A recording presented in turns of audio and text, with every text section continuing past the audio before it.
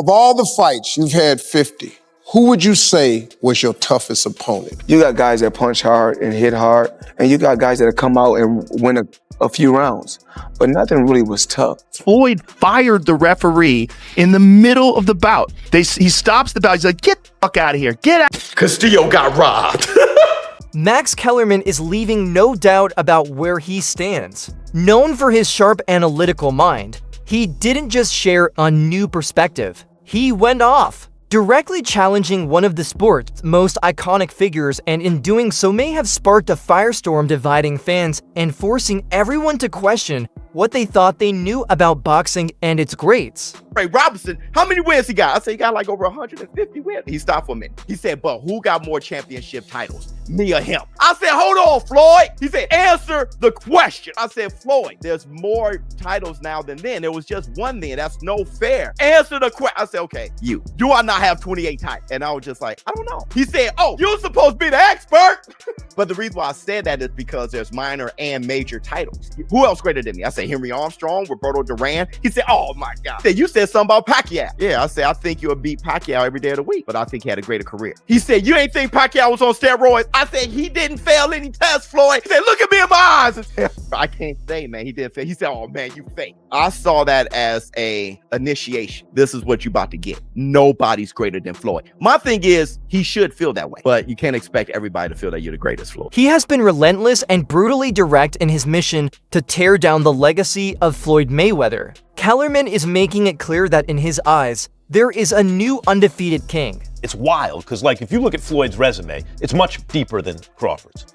And Floyd was faster and he had a better defense and all that stuff. But Floyd picked and chose when he fought guys, especially once he left lightweight. He wiped out the junior lights, bring him. Lightweight, he jumps up to Jose Luis Castillo first thing. A lot of people think he lost the first fight, then I didn't, but then he won the rematch.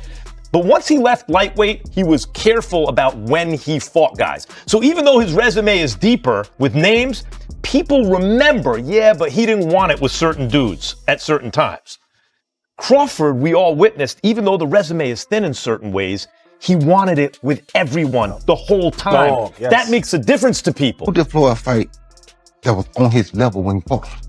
Only Canelo. That's it.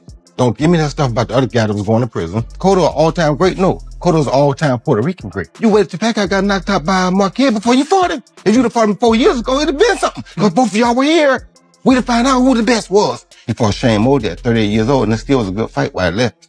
Shane almost took him out at 38. He fought Oscar De La Hoya at an old age. My point is, you didn't do it the right way. You know that. Who else did you fight besides them best two names you can pull up? I'm just saying, Floyd never fought nobody that was of his equal. It began with whispers, the kind that always follow a legend like Floyd Mayweather. Even in retirement, his shadow looms large over boxing and his words still carry immense weight. Provided everyone unrealistic expectations. You could win every fight, basically never get hit, and make all the money. it's not going to work like that for the most part for everybody, you know? Like, it literally only went that way for one guy. I love Floyd, but it seems like everybody's afraid to have that O, to have a 1 or 2 where the O used to be. Ali lost. Sugar Ray lost. Hagler lost. Hearns lost. These guys lost. When did the O become the end-all, be-all? I think Mayweather, you know, and how he made it big to the public. Mm-hmm. Like 47 and tried, 47 have failed, and then it got all the way to 50, and it's like, you know, break Marciano's record. Now retired, unblemished. Andre Ward, unblemished. You know, Joe Calzaghe, unblemished. You know, and it's like, when people look at him, they be like, man, that dude never lost before. You know, people can't say that.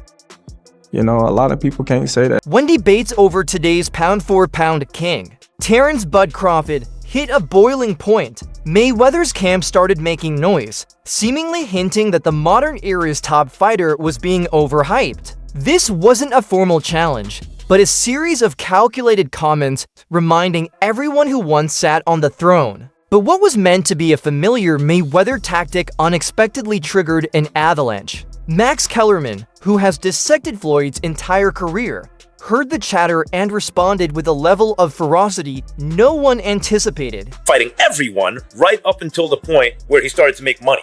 But as much credit as you get for making, the primacy of business, for making business your priority, well, that comes with trade-offs. Because when you make business decisions constantly, sometimes your athletic achievements won't be regarded in the same way as if you made athletic achievements your priority. That said, Mayweather has accomplished a tremendous amount athletically. But the 3 fighters he didn't fight, Antonio Margarito, Manny Pacquiao, when he was obliterating De La Hoya, Hatton, and Cotto, and Shane Mosley when he still had something left. And while he will wind up fighting Pacquiao and Mosley, it'll both be, at the right time for Floyd. That said, what about at the right time for Floyd? He's also ancient. A fighter approaching 40, fighting at the level Mayweather is fighting, is unheard of. Mayweather, until recent times, would be considered one of the greatest older fighters that would be the whole story. Oh my God, can you believe how old Mayweather is? It was a little bit unfair to Floyd. Say, well, you're picking these guys at the right time. Floyd is old. This wasn't the usual measured breakdown fans had come to expect. It was raw, unfiltered, and set to flip the boxing world upside down. The first bombshell came when Kellerman confronted the comparison between Mayweather and Crawford. Instead of honoring Floyd's flawless record,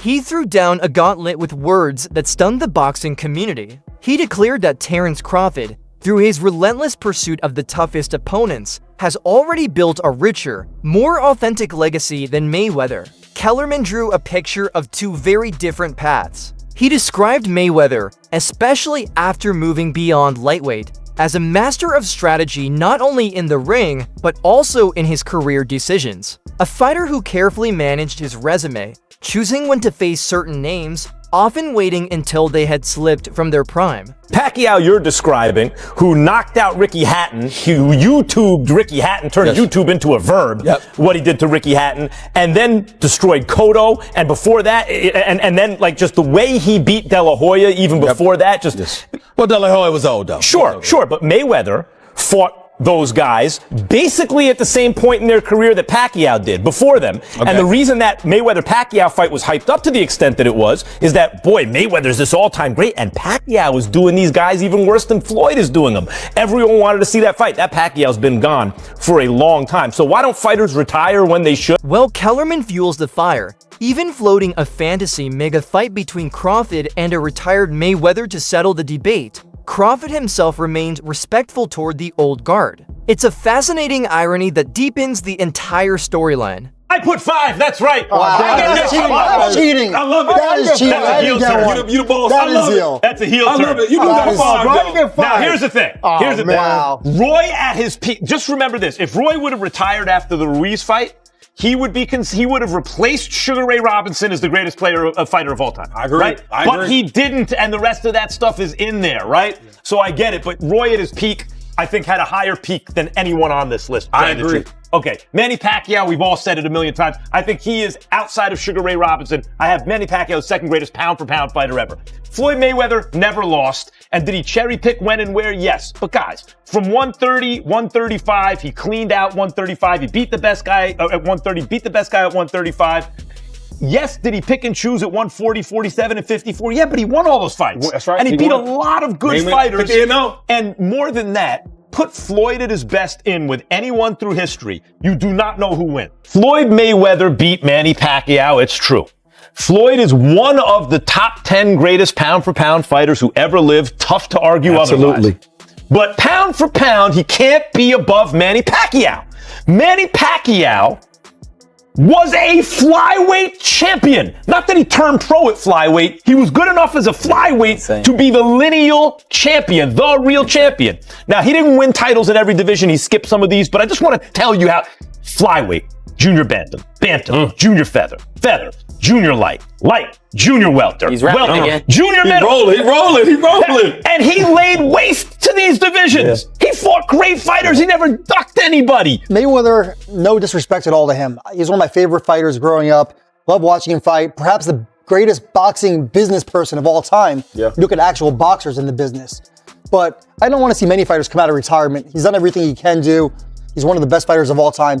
Why would a fighter at the peak of his powers not seize the crown others are already placing on his head? It speaks to Mayweather's enduring influence, or perhaps a tactical decision by Crawford to remain above the drama. Ultimately, what Kellerman delivered was more than just commentary. But the real shocker isn't his fiery critique, it's the reaction of the very man he's championing. The debate is no longer just Mayweather versus Crawford. It has evolved into a complicated triangle involving a passionate analyst, a legend's unblemished record, and a reigning king who might not even want the throne. It forces us to ask a deeper question. What does it mean when a fighter's personal definition of greatness doesn't align with that of his loudest supporters? The sands of boxing history are shifting, and the story has never been more compelling. So that's all from today's video. If you enjoyed it, make sure to leave a like, subscribe, and hit the bell icon so you never miss our upcoming uploads. And don't forget to drop your thoughts in the comments section. Stay tuned and we'll catch you in the next video.